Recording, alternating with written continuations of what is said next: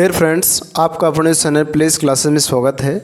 आज के video lecture में आप बेसिक मैथ्स, बेसिक गणित की संख्याओं सीखेंगे। संख्याएं क्या होती हैं, संख्याएं किस किस संख्याओं को हमें पता है, कौन कौन संख्या हम नहीं जानते हैं। तो आज हम पूरे बेसिक मैथ्स में जो संख्याएँ होती हैं उनके बारे में जानेंगे कि बेसिक मैथ्स में संख्याएं क्या क्या होती हैं, प्राकृत संख्या क्या होता है, पूर्ण संख्या क्या होता है, सम संख्या क्या होता है, विषम क्या होता है, अभाज्य क्या होता है। इन सभी संख्याओं के बारे में जानेंगे। डियर फ्रेंड्स, चूँकि आपका बैच 1 अप्रैल से शुरू होने वाला है, उसके पहले हम जो बेसिक मैथ्स या बेसिक विज्ञान के बारे में जो मोस्ट इम्पॉर्टेंट पॉइंट हैं उन सभी को कवर करेंगे, बेसिक चीज़ों के बारे में जानेंगे। और आपका जो क्लास 10th का जो बैच है वो 1 अप्रैल से एकदम सही और अपने सही समय पर शुरू होगा। तो इसमें सबसे पहले हम जानेंगे ये आपका बेसिक गणित में, यानी आपके गणित का शुरुआत है, ये बेस है, आधार है, जिसमें आपको संख्याओं को जानना बहुत ही ज़रूरी है। तो सबसे पहली संख्या हम जानेंगे प्राकृत संख्या क्या होती है। प्राकृत संख्या को हम प्राकृतिक संख्या भी कहते हैं। प्राकृत संख्या को हम प्राकृतिक संख्या भी कहते हैं। इंग्लिश में इसको नेचुरल नंबर कहा जाता है। अब क्या होता है, गिनती की संख्याओं को प्राकृतिक संख्याएं कहते हैं।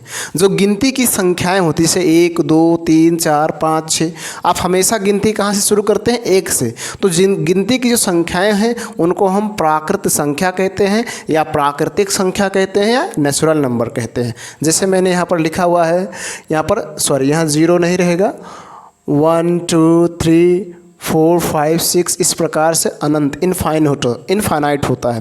तो यदि आपसे कोई पूछे कि प्राकृत संख्याएं कितनी होती हैं, तो आप कहेंगे असंख्य, अनगिनत, असीमित। ठीक है, प्राकृतिक संख्याएं अनंत होती हैं। फिर यदि आपसे कोई पूछे कि सबसे छोटी प्राकृत संख्या क्या है, सबसे छोटी प्राकृत संख्या क्या है, तो सबसे छोटी प्राकृत संख्या 1 है। ठीक, और फिर आपसे कोई पूछे कि सबसे बड़ा प्राकृत संख्या क्या है, सबसे बड़ा प्राकृत संख्या क्या है, तो सबसे बड़ा प्राकृत संख्या अज्ञात है, यानी पता नहीं है, क्योंकि ये अनंत है इसलिए पता नहीं है। ठीक है, तो ये बात आपको जानना है कि गिनती की संख्याओं को प्राकृत संख्या, प्राकृतिक संख्या, नेचुरल नंबर कहते हैं। यानी 1 2 3 4 इस प्रकार से अनंत तक की संख्याओं को हम प्राकृत संख्या कहते हैं। प्राकृत संख्याएं कितनी होती हैं, असंख्य होती हैं, अनगिनत होती हैं, अनंत होती हैं। सबसे छोटी प्राकृत संख्या 1 होता है और सबसे बड़ा प्राकृत संख्या अज्ञात है, यानी मालूम नहीं है। ठीक है, अब चलिए बात करते हैं दूसरे पॉइंट्स की, पूर्ण संख्याएं। पूर्ण संख्याएं क्या होती हैं, तो 0 से शुरू होकर प्राकृत संख्याओं तक की संख्याएं पूर्ण संख्याएं कहलाती हैं। यानी जो 0 से शुरू हो और प्राकृत तक की संख्याओं को हम क्या कहते हैं, पूर्ण संख्याएं। देखिए 0 1 2 3 4 इस प्रकार से अनंत तक, इसमें प्राकृत संख्याएं भी शामिल हैं। तो ऐसी संख्याओं को हम कहते हैं पूर्ण संख्या। क्या कहते हैं, पूर्ण संख्या। इंग्लिश में इसको होल नंबर कहते हैं। क्या कहते हैं, होल नंबर। अब मोस्ट इंपॉर्टेंट पॉइंट्स को समझिए। यदि आपसे कोई पूछे कि पूर्ण संख्याएं कितनी होती हैं, तो आप कहेंगे असंख्य, अनगिनत, अनंत। ठीक, यदि आपसे कोई कहे सबसे छोटी पूर्ण संख्या क्या है, तो सबसे छोटी पूर्ण संख्या 0 है। सबसे बड़ी पूर्ण संख्या पता नहीं है, अज्ञात है, मालूम नहीं है। ठीक है, अगला मोस्ट इम्पोर्टेंट पॉइंट्स है, क्या प्राकृत संख्याएं पूर्ण संख्याएं होती हैं, तो आप कहेंगे हाँ, प्राकृत संख्याएं पूर्ण संख्याएं होती हैं। जैसे देखिए यहाँ से शुरुआत है 1 से और यहाँ 0 से है, तो यहाँ पर देखेंगे संख्याएं सभी, तो सभी प्राकृत संख्याएं पूर्ण संख्याएं होती हैं। बट सभी पूर्ण संख्याएं प्राकृत संख्याएं नहीं होती हैं। जैसे 0 आपका पूर्ण संख्या लेकिन प्राकृत संख्या नहीं है। तो ऐसा पूछा जा सकता है कि 0 प्राकृत संख्या या पूर्ण संख्या, तो 0 पूर्ण संख्या है, प्राकृत संख्या नहीं है। ठीक, अगला मोस्ट इंपॉर्टेंट पॉइंट्स है आपके सामने, पूर्णांक संख्याएं क्या होती हैं। तो पूर्ण संख्याओं और ऋणात्मक संख्याओं के समूह को पूर्णांक संख्या कहते हैं। यानी पूर्ण संख्या ले लीजिए, पूर्ण संख्या मतलब 0 से इनफाइनाइट, और उसमें ऋणात्मक संख्याओं को शामिल कर दीजिए, मिक्सर कर दीजिए, मिश्रित कर दीजिए, तो जो संख्या बनेगी उस संख्या को हम कहते हैं पूर्णांक। क्या कहते हैं, पूर्णांक। जैसे देखिए यहाँ पर मैंने -3 -2 -1 0 1 2 3 इस प्रकार से ये भी अनंत होते हैं। क्या होते हैं? अनंत। ठीक। अब जो पूर्ण संख्याएं होता है वो दो प्रकार का होता है, धनात्मक पूर्णांक संख्याएं और ऋणात्मक पूर्णांक संख्याएं। तो देखिए, जिन प्राकृत संख्याओं का चिन्ह धनात्मक होता है, धनात्मक पूर्णांक संख्याएं कहलाते हैं। यानी यदि उसका चिन्ह धनात्मक है, धन चिन्ह लगा तो धनात्मक पूर्णांक होंगे, और यदि ऋण चिन्ह लगा तो ऋणात्मक पूर्णांक होंगे।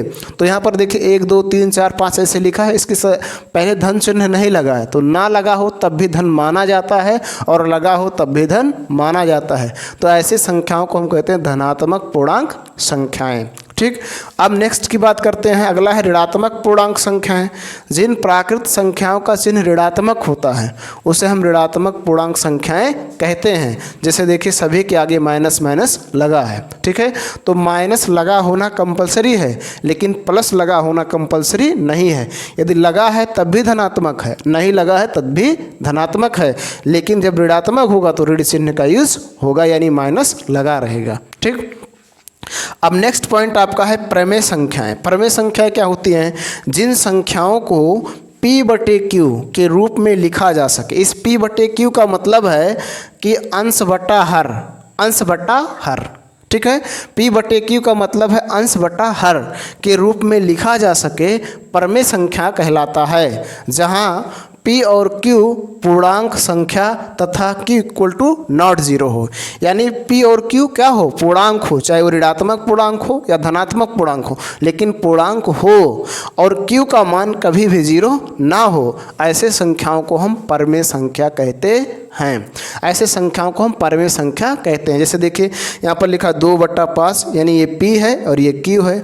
-20/9, ये देखिए P है, ये Q है। देखिए यहाँ ऋणात्मक है ये, और पूर्णांक भी है, तो ऋणात्मक होना चाहिए चाहे धनात्मक हो, लेकिन पूर्णांक हो और वो P/Q के रूप में लिखा जा सके। यहाँ पर देखिए करड़ी में 9/25 है, इसको आप सरल करेंगे तो आपको मिलेगा 3/5।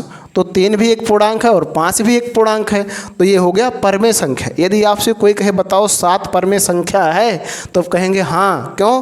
क्योंकि हम 7 को 7/1 लिख सकते हैं। तो 7 हो गया P और 1 हो गया Q, तो P/Q बन गया। यदि आपसे कोई कहे कि बताओ 0 परमेय संख्या है, तो हम कहेंगे हाँ। क्यों? क्योंकि हम इसको 0/1 लिख सकते हैं। जिसका हर ना हो उसका हर 1 होता है, तो 0 एक पूर्णांक है और 1 भी एक पूर्णांक है, तो ये भी क्या हो गया? परमेय संख्या। लेकिन यदि आपसे कोई कहे कि बताओ 7/0 परमेय संख्या है, तो कहेंगे नहीं। क्यों? 7 भी पूर्णांक है और 0 भी पूर्णांक है, बट यहाँ पर डिफरेंस ये है कि परिभाषा में स्पष्टता बताया गया है कि Q का मान कभी भी 0 ना हो। यदि Q का मान 0 है तो वो परमेय संख्या नहीं है। तो डियर फ्रेंड्स, इस प्रकार से आपने प्राकृत संख्या, पूर्ण संख्या, पूर्णांक संख्याएं, धनात्मक पूर्णांक संख्याएं, ऋणात्मक पूर्णांक संख्याएं और परमेय संख्याओं के बारे में जाना कि ये संख्याएं क्या होती हैं। और भी जो भी संख्याएं हैं इसको आगे समझेंगे कि उन संख्याओं को हम कैसे डिफाइन कर सकते हैं और वो संख्याएं क्या होती हैं। डियर फ्रेंड्स, आपके सामने अगली संख्या है 7वां, अपरमेय संख्या। अपरमेय संख्या क्या होता है? वैसी संख्याओं को अपरमेय संख्याएं कहते हैं जिनका वर्गमूल चिन्ह के अंतर्गत हो, जिनका वर्गमूल चिन्ह के अंतर्गत हो। यानी कोई संख्या वर्गमूल चिन्ह के अंतर्गत लिखा गया। अब वर्गमूल चिन्ह क्या होता है? ऐसे होता है, ऐसे होता है, जिसको हम करड़ी बोलते हैं। हिंदी में करड़ी बोलते हैं, इंग्लिश में अंडर रूट या रेडिकल्स बोलते हैं। ठीक है, तो कोई संख्या करड़ी के अंदर लिखा हो परंतु उसका वर्ग ना निकले, परंतु उसका वर्ग हो, वर्गमूल हो या घनमूल हो या चतुर्थ मूल हो, कोई भी मूल हो, यदि वो उससे बाहर नहीं निकल रहा है तो ऐसी संख्याओं को हम कहेंगे अपरमेय संख्या। जैसे 5 है, इसका वर्गमूल नहीं निकल रहा है, तो ये क्या है? अपरमेय संख्या है। ऐसे करड़ी में 2/7 है, ये भी आपका एक अपरमेय संख्या है। इस प्रकार से आप अगली संख्या देखेंगे तो करड़ी में 3 + 2 है, ये भी एक अपरमेय संख्या है, क्योंकि दोनों को जोड़ेंगे तो 5 होगा और 5 का वर्गमूल नहीं निकलेगा। इसी प्रकार से आपका करड़ी में 5/10 है, 5 करड़ी में 5 का वर्गमूल नहीं निकलेगा। तो कोई भी संख्या जो करड़ी में लिखी गई हो और उसका वर्गमूल नहीं निकल रहा है, घनमूल नहीं निकल रहा है, चतुर्थ मूल नहीं निकल रहा है, तो उन संख्याओं को हम कहेंगे अपरमेय संख्या। क्या कहेंगे? अपरमेय संख्या। ठीक। अब अगली संख्या की बात करें तो अगली संख्या है रूढ़ संख्या। रूढ़ संख्या का एक और नाम है, इसको हम आभाज्य संख्या भी कहते हैं। क्या कहते हैं? आभाज्य संख्या। ठीक है, तो ये भी जान रखिएगा, ये रूढ़ संख्या, अभाज्य संख्या, इंग्लिश में प्राइम नंबर एक ही होता है। ठीक है, अभाज्य संख्या, अभाज्य संख्या क्या होता है?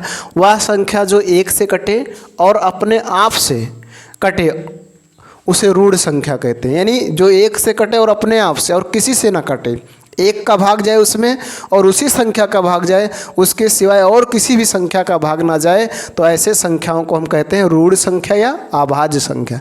जैसे आपका 2 है, 3 है, 5 है, 7 है, 11 है, 13 है, इस प्रकार से बहुत सारी संख्याएं हैं जिनमें केवल एक का भाग जाता है या उसी का भाग जाता है और किसी संख्या का भाग नहीं जाता है। ऐसे संख्याओं को हम कहते हैं अभाज्य संख्या या रूढ़ संख्या। ठीक, अब अगला उसके बाद देखेंगे, यहाँ पर देखेंगे जुड़वा अभाज्य संख्या क्या होता है। जुड़वा अभाज्य संख्या तो वह अभाज्य संख्याएं जिनमें 2 का अंतर हो उसे जुड़वा अभाज्य संख्या कहते हैं।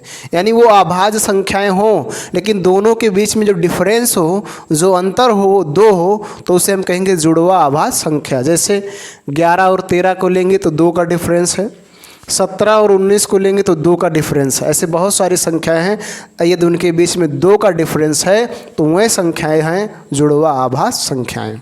ठीक है, उसके बाद एक संख्या और आती है सह अभाज्य संख्या, को प्राइम नंबर। सह अभाज्य संख्या यानी कोई भी संख्या हो, यदि उनका गुणनखंड है वो एक है, एक के सिवाय कोई भी नहीं है, तो उसे हम कहेंगे सहअभाज्य संख्या। जैसे देखिए, मैंने एक लिख दिया संख्या, देखिएगा ध्यान से, मैंने एक लिख दिया 5 और दूसरा लिख दिया 7, तो इन दोनों में अगर गुणनखंड देखेंगे तो एक है। इसी प्रकार से मैंने एक लिख दिया 14, ठीक है, और एक लिख दिया 15, तो इन दोनों में अगर देखेंगे 14 और 15 का गुणनखंड करेंगे तो इसका बनेगा 2 7, तो इसका बनेगा 3 5। यानी इन दोनों में कॉमन जो गुणनखंड है वो एक है। तो जब 2 संख्याएं हो और उनमें कॉमन गुणनखंड एक हो तो उसे हम कहते हैं सहअभाज्य संख्या, इंग्लिश में को प्राइम नंबर। ठीक है, अब नेक्स्ट हम बात करते हैं सम संख्याएं। सम संख्याएं क्या होती हैं? वह संख्या जो 2 से पूरा विभाजित हो जाए उसे सम संख्या कहते हैं। यानी जिस संख्या में 2 का पूरा भाग चला जाए उसे हम सम संख्या कहेंगे। जैसे आपका 2 हुआ, 4 हुआ, 6 हुआ, 8 हुआ, 10 हुआ, 12 हुआ, 14 हुआ, 16 हुआ, इस प्रकार से बहुत सारी संख्याएं हैं।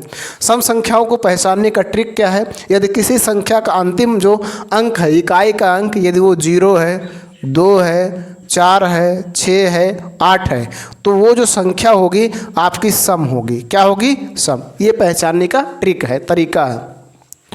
कोई भी संख्या कितनी भी बड़ी लिखी हो, यदि उसका इकाई का अंक 0, 2, 4, 6, 8 है तो वह संख्या सम संख्या होगी। ये पहचानने का तरीका है बिना भाग दिए। अगली हम बात करते हैं विषम संख्याएं। विषम संख्याएं क्या होती हैं? वह संख्या जो 2 से पूरा विभाजित ना हो, यानी 2 का भाग ना जाए, उसे हम कहते हैं विषम संख्या। जैसे 1, 3, 5, 7, 9, 11, 13, 15, 17, 19, 21, 23, 24, 25, 23, 25, 27, 29, 31, 33, इस प्रकार की संख्याएं जो होती हैं उन्हें हम कहते हैं विषम संख्या।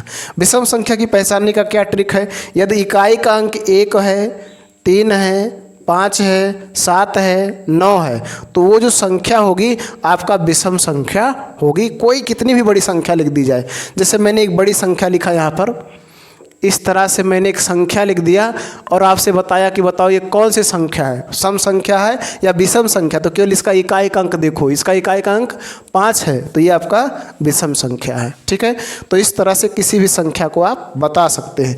और उसके बाद नेक्स्ट है आपका अंतिम जो है यौगिक संख्याएं। यौगिक संख्याओं को हम इंग्लिश में कहते हैं कंपोजिट नंबर। यौगिक संख्याओं को हम इंग्लिश में कहते हैं कंपोजिट नंबर, और हिंदी में इसका एक नाम और है भाज्य संख्याएं। इसको हम भाज्य संख्या भी कहते हैं। क्या कहते हैं? भाज्य संख्या भी। ठीक है, अब भाज्य संख्याएं क्या होती हैं? वह संख्या जो 1 से कटे, अपने आप से कटे तथा दूसरी संख्या से भी कटे, यानी 1 का भी भाग जाए, 2 उसका भी जाए, उसी का उसी में भी भाग जाए और दूसरे का भी भाग चला जाए, ऐसे संख्याओं को हम कहते हैं यौगिक संख्याएं या भाज्य संख्याएं या कंपोजिट नंबर। यानी 1 का जाए, फिर जो संख्या लिखी है उसका भी जाए और किसी और संख्या से भी उसमें भाग दे सके, ऐसे संख्याओं को हम यौगिक संख्या या भाज्य संख्या या कंपोजिट नंबर कहते हैं। जैसे 4, 6, 8, 9, 10, 12, 14, 15, 16। देखिए 4 में 1 का भाग जाएगा, 4 एकम 4, और 4 में 4 का भी भाग जाएगा और साथ ही साथ 2 का भी भाग जाएगा। ऐसे 6 को देखिए 1 का भाग जाएगा, 6 का भाग जाएगा, 2 का भी भाग चला जाएगा, 3 का भी भाग चला जाएगा। तो 1 का भाग जाए उस संख्या के भी भाग जाए और साथ साथ दूसरी संख्या की भाग जाए, तो ऐसे संख्याओं को हम कहते हैं कंपोजिट नंबर, भाज्य संख्या, यौगिक संख्या। तो डियर फ्रेंड्स, इस वीडियो लेक्चर में आपने बेसिक मैथ्स में, बेसिक गणित में संख्याओं के बारे में सीखा कि संख्याएं क्या होती हैं, संख्याओं का डेफिनेशन क्या होता है। और उम्मीद करता हूं कि सारे संख्याएं आपकी क्लियर हो गए होंगे और आपको ऐसे संख्याओं को पहचानने में अब कहीं किसी प्रकार की कोई डाउट नहीं होगी। फिर भी यदि आपको कहीं किसी प्रकार की कोई डाउट हो तो कमेंट बॉक्स में ज़रूर लिखें, आपके कमेंट की रिप्लाई दी जाएगी। और यदि बेसिक मैथ से रिलेटेड आपको किसी पॉइंट्स, किसी टॉपिक्स पे वीडियो लेक्चर की ज़रूरत है तो कमेंट बॉक्स में लिखें, उस टॉपिक पर आपको वीडियो प्रोवाइड किए जाएंगे ताकि आपका बेसिक मजबूत होगा। तो आगे जो आप बुक्स को पढ़ेंगे तो क्लियरली आपको स्पष्ट रूप में समझ में आएगा। डियर फ्रेंड्स, इस वीडियो लेक्चर में इतना ही। धन्यवाद।